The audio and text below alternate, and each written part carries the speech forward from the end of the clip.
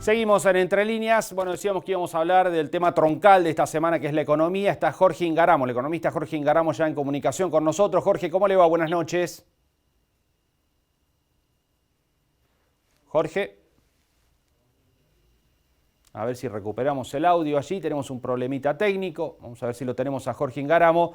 Vamos a hablar del tema, obviamente, que está dominando la agenda informativa nacional a partir de la devaluación que contábamos que ocurrió el lunes con un 22,5% de devaluación. Jorge, ¿nos escucha? ¿Cómo le va? Buenas noches.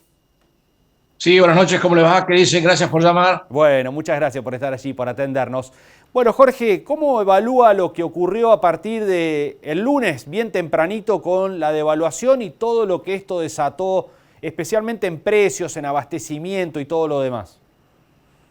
Bueno, fue una devaluación que yo llamo muda, o sea, sin ninguna aclaración de si era una vez para siempre, si después iban a seguir con el crawling peg, si era provisoria hasta que llegara la plata del fondo, no se dijo nada de todo eso.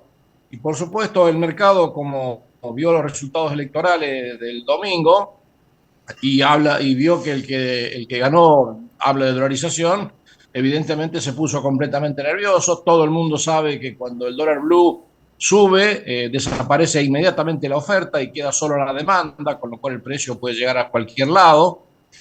Y eso es lo que estamos viviendo hoy.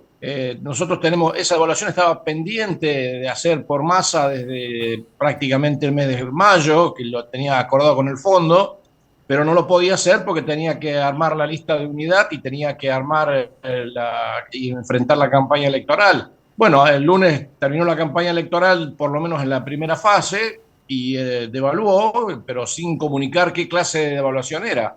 Ahora, 3 días después, 4 días después, nos enteramos de que es un tipo de cambio fijo el que ha quedado, por lo menos hasta que venga la plata del fondo.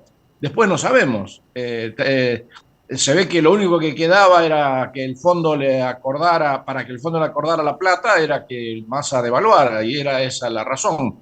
Claro. El gobierno perdió prácticamente 6.300 millones de dólares entre reservas y préstamos puentes, haciendo los pagos de junio y julio para no enfrentar la devaluación en junio. Y ahora lo tiene que enfrentar y la plata esa se fue. Entonces ahora han redoblado completamente el cierre de importaciones, por lo cual usted ve que tranquilamente el gobierno, el Banco Central se jacta de comprar, de tener compras netas de dólares. Bueno, esa es la situación que vimos hoy. Yo supongo que se va a ir calmando en la medida en que, primero, no hay tanta liquidez como para que el dólar vaya a cualquier lado.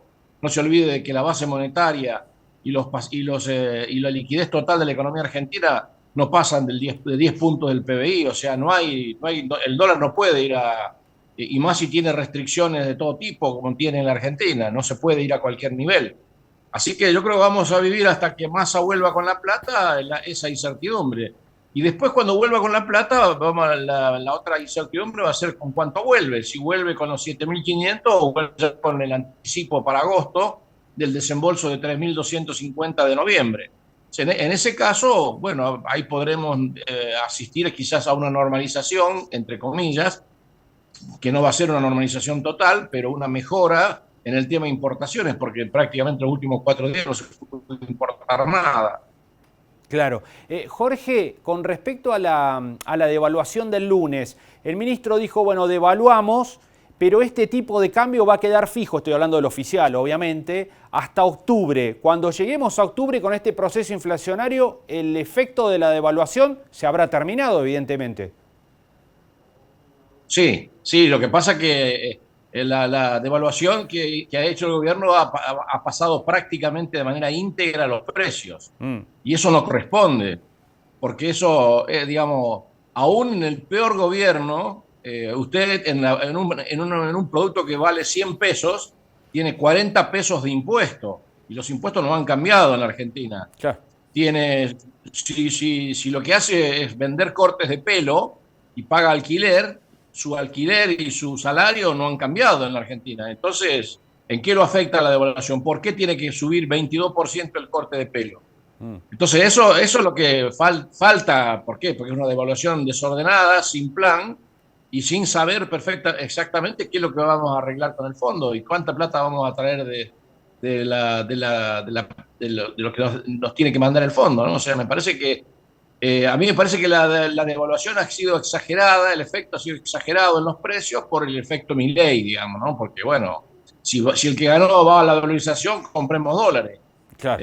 para que no nos agarre es lo mismo que ahora Massa está haciendo, diciendo, si viene Milei va a haber plan Bonex, Ujú. entonces corramos a sacar los depósitos del banco, porque nos lo van a canjear por Bonex, ¿no? O sea, empezó la carrera de generar miedo y generar una, una psicosis que evidentemente no se va a calmar. De acá a octubre va a haber montones de incidentes más todavía que van a alterar la tranquilidad de la gente, ¿no? O sea, me parece que yo creo que es muy difícil, porque además entre agosto, septiembre, octubre y noviembre las exportaciones son prácticamente muy bajas. Ujú. No hay una oferta de dólares fluida en la economía, ¿no? Claro, claro, obviamente. El grueso de las exportaciones se ubica en el cierre del primer semestre con el agro y hasta julio inclusive. Jorge, usted Sí. hablaba de la devaluación sin plan por detrás. Eso fue una observación que se le hizo rápidamente a la medida del gobierno. La otra observación que se hizo fue, bueno, fue una devaluación sin medidas que compensen de algún modo, aunque sea parcial, a los sectores damnificados por esto, obviamente a todos aquellos que tienen ingreso fijo por lo que ocurrió con los precios que mencionaba recién. Falta esta segunda pata. Ayer a la noche algo el ministro Massa dijo, ¿no? De suma fija, de refuerzo de las asignaciones familiares, de la asignación universal por hijo. Falta inyectarle dinero por el otro lado a la gente de alguna manera para morigerar el impacto. Bueno, es que si le inyectan dinero, la devaluación no habrá servido para nada. Porque si algo busca una devaluación es cambiar los precios relativos. ¿Mm? Si usted devalúa 22% y todos los precios de la economía suben 22%, queda igual que antes, con la diferencia que está todo el 22% más caro, ¿Mm? pero no ha cambiado los precios relativos. Una devaluación bien hecha tiene que alterar los precios relativos. Y evidentemente, si la compensa esa devaluación con sumas fijas, aumento de salario, apertura de paritarias, etcétera, etcétera, ¿para qué la hizo la devaluación? Va a tener el mismo problema porque todo eso va a pasar a precios, va a aumentar la demanda de dólares y corre el grave riesgo de arrimarse a un abismo de una suba de precios que ya no la va a poder manejar, ¿no? ¿Mm? Me parece que si van a dar una suma fija, me parece justo, por supuesto. Los jubilados no ganan nada, los asalariados ganan muy poco, el 40% de los asalariados en blanco son pobres. Evidentemente me parece justo, pero si devaluó para algo será. ¿Mm? Y es para cambiar los precios relativos, para licuar el gasto público en dólares y para generar mayor superávit, un mejor panorama de recaudación tributaria por exportaciones e importaciones, que le mejore el saldo fiscal, que es lo que tiene comprometido Massa con el fondo. Si lo que hace es compensar toda la devaluación con sumas fijas o con medidas que dejen todo como está, bueno, va a subir todo el 22% y vamos a quedar igual que antes. Claro. Jorge, por último, ¿cómo ve el panorama para adelante? Viene una semana clave como la que viene con el fondo, hay que ver, decía usted, cuántos son los dólares que trae Massa. Con eso llegamos hasta el 22 de octubre, si todo anda bien, y después. No, bueno, los que tienen que traer Massa tienen que llegar hasta noviembre, Mm. porque el desembolso que está en discusión son los 3.250 millones de dólares de noviembre, Mm. que Massa quiere que el fondo se los dé en agosto, o sea, ahora, Sí.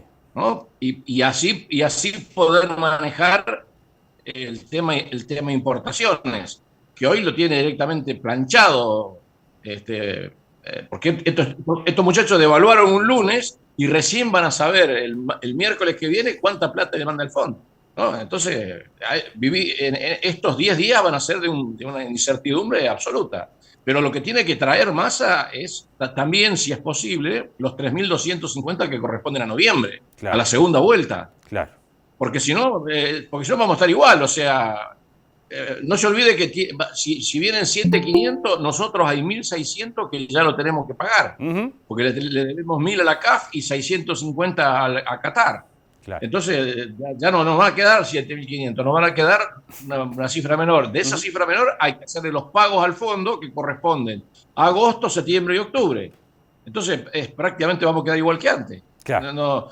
O sea que es imprescindible que Massa convenza con gestos importantes al fondo de que le anticipe a agosto los desembolsos de noviembre. Está bien. Jorge, como siempre, Por le supuesto, agradecemos. eso no le va a hacer ninguna gracia a la oposición, Claro. ¿no? Sí, sí. Obviamente. Claramente la oposición no le va a decir que sí. Claro. Está muy bien. Jorge, como siempre, le agradecemos mucho estos minutos. Ha sido muy amable. Será hasta la próxima. Bueno, era Jorge Ingaramo, economista, hablando sobre las medidas del gobierno, la devaluación del lunes, los efectos y lo que queda por delante.